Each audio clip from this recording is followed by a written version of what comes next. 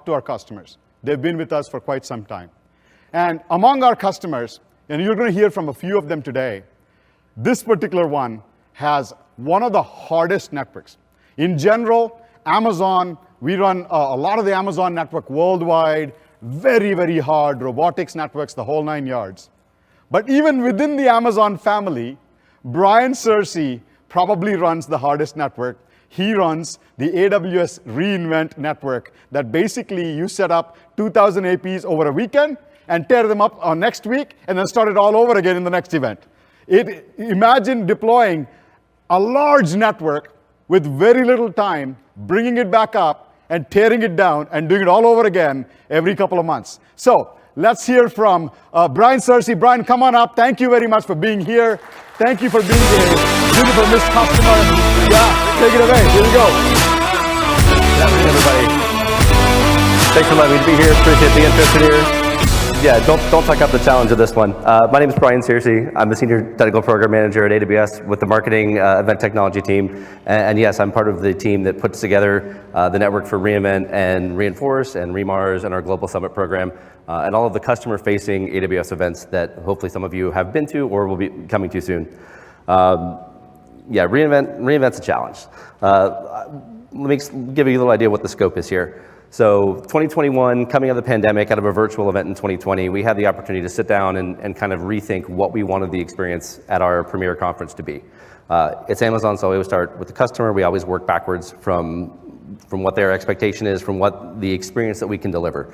So we sat down and said, what's the best absolute possible technology, best network that we can provide at this event? We have all kinds of strange demos and weird use cases and IoT and robots and everybody else who wants to come to our event and showcase what they can do, the network has to deliver.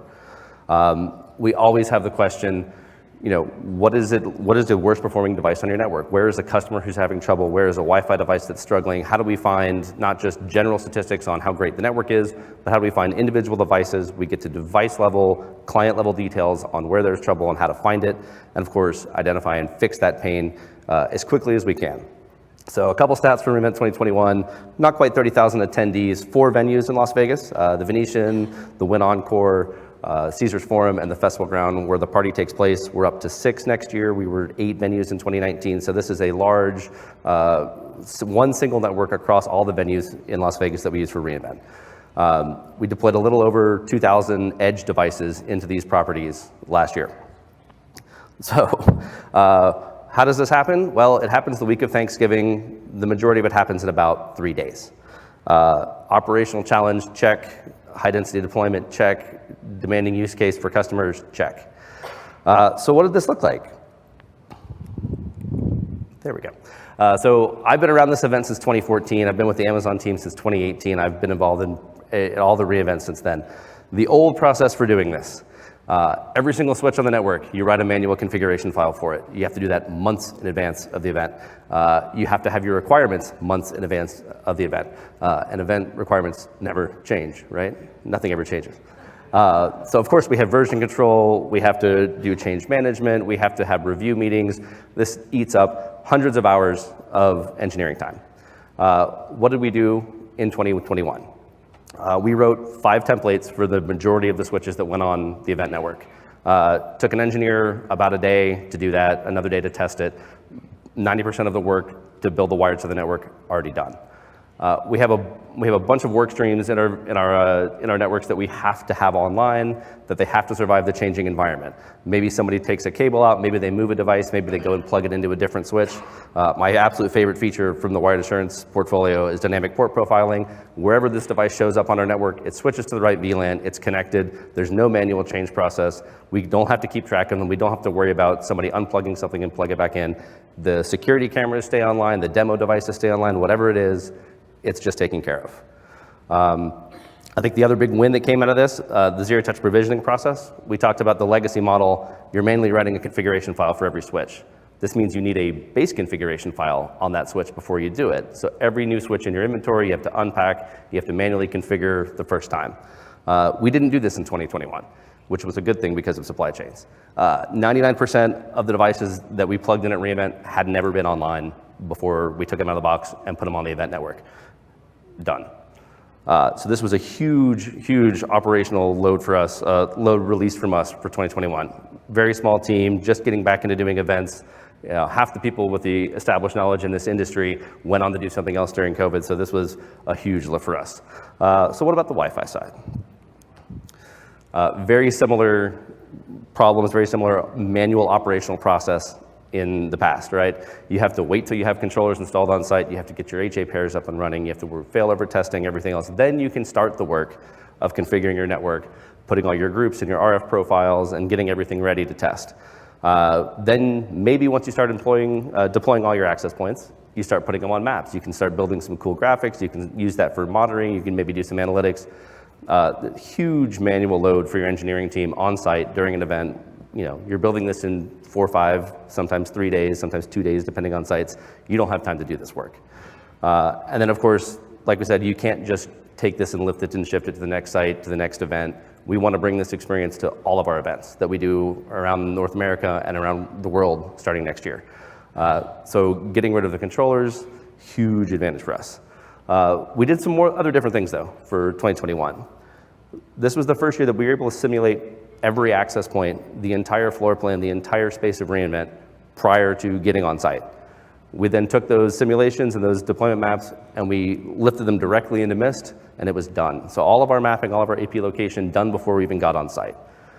Using the output from all those simulations, we already know what we need to set up for all of our templates, all of our profiles, all of our RF settings, everything else.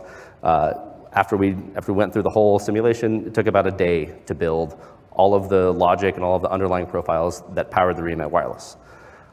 Just like with the switching side, 99% of the APs had not been on the network prior to being deployed from reInvent. And the great thing for me personally, having done this for years the old way, was sitting back the first day of the event with a full map with all my access points already on it and watching them change from green, change to green from red as we brought the network up. And instead of doing manual processes to check that everything's coming online and looking for errors and anything else, we were able to go right into, hey, what's the performance look like? This is game changing for us and for anybody doing short-term deployments or quick turnarounds. It was amazing. So I want to get a little bit nerdy about some of the design statistics. We mentioned that we wanted to take the existing technology and say, what's the best possible network we could possibly provide? So what we went with, 802.11ax, we're going to get at least neg 65 for signal strength. We're going to try to keep every client at least at MCS 6. WPA3, we rolled that out pretty aggressively last year. The security of the network is an overriding priority for everybody at AWS. What this translates into is for a given 2x2 device on a 20 megahertz channel, we expect you're going to be able to get a physical rate of at least 150 megabits anywhere in the event. So that's the bar. Couple of other stats from last year, about 15,000 peak clients, about 32,000 total clients, over a gig of traffic, pretty good. We think we're going to beat that this year. Some of these things are going to double. So what's the operational load for doubling the traffic and the size of your network this year? The other thing that we haven't quite touched on yet, almost all of our access points use external antennas. In a high density deployment like this, Omni is a 4-letter word. We've been, for years deploying significant amounts of high gain antennas at reInvent. No different here. The big difference for me was I walked a lot less and I surveyed a lot less. In the past, we found that RRM algorithms did a really good job for Omnis and were pretty disappointing when it came to high gain antennas. I can gratefully point out that that was not the case this year. In fact, for the first time at reInvent, we did not do a manual channel plan for the keynote in the history of the event. We let the algorithm do it. It did a better job than we could have. I did a whole lot less walking in this keynote. There's about 8,500 seats, about 145 antennas in there. It gets built in about 2 days, and that gives us about a 24-hour window to get in and test and do any kind of tweaking that we need to do. In the past, that's been a very difficult turnaround. There's always manual adjustments. There's always things that we got wrong.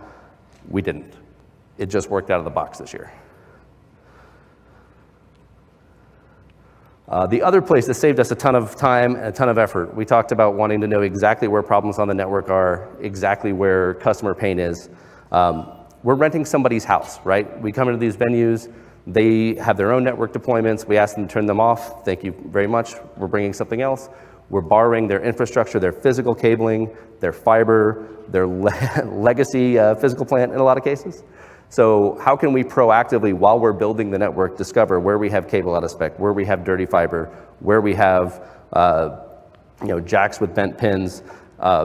We have labs. We have a lot of places where there's high hardwire counts, right? And somebody always very politely will take a cable off the floor and plug it into the nearest switch and create a loop. So how do we find those and go fix them before they can cause a problem?